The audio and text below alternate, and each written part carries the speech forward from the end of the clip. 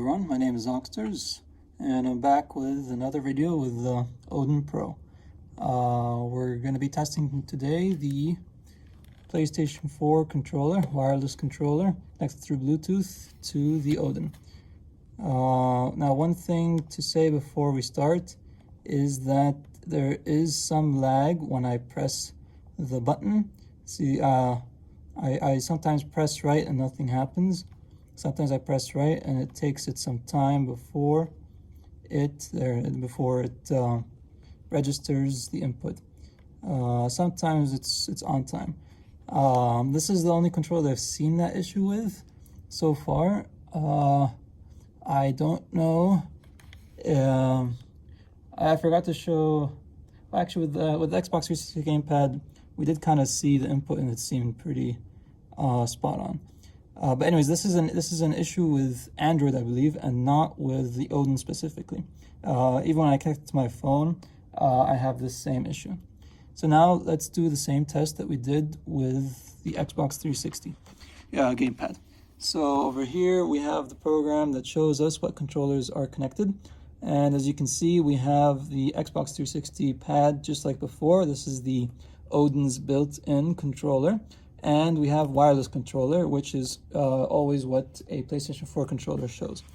So I'm going to switch over to number 2 on the current Unity joystick. This is now we are looking at the input from the PlayStation 4 controller. So now if I push the analog stick in a direction, you see we get axis 0 and 1 changing, and you can kind of see the lag there from the inputs. Even though I'm moving pretty smoothly, the inputs are not coming in smoothly. And now if I do the right analog stick,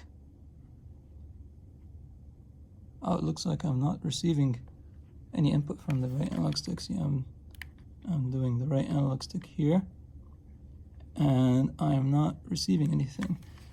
I thought it was working, but anyways, now if I do the D-pad, I'm pushing up and axis 5 shows -1. And then now if I push down, axis 5 now shows 1, left is axis 4 -1, and right is axis 4 1.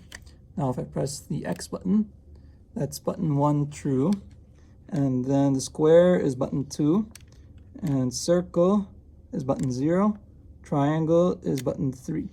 And if I press start, that's button 10, and the what is this, share is button 11. It actually starts as options on the PlayStation 4 controller. And then L3 is button 8, and R3 is button 9. I forgot to test these on the Xbox 360 gamepad, but I believe they were the same numbers. And then L1 is button 4, and R1 is button 5. And then L2 is axis 2, -1 when it's fully released and 1 when it's fully pressed.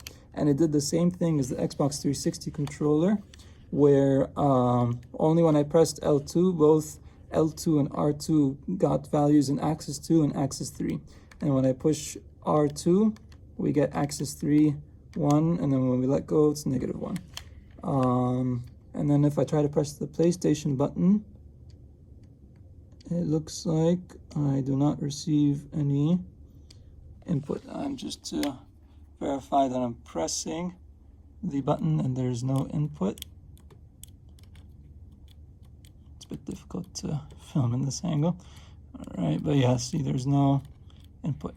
And then let's see if the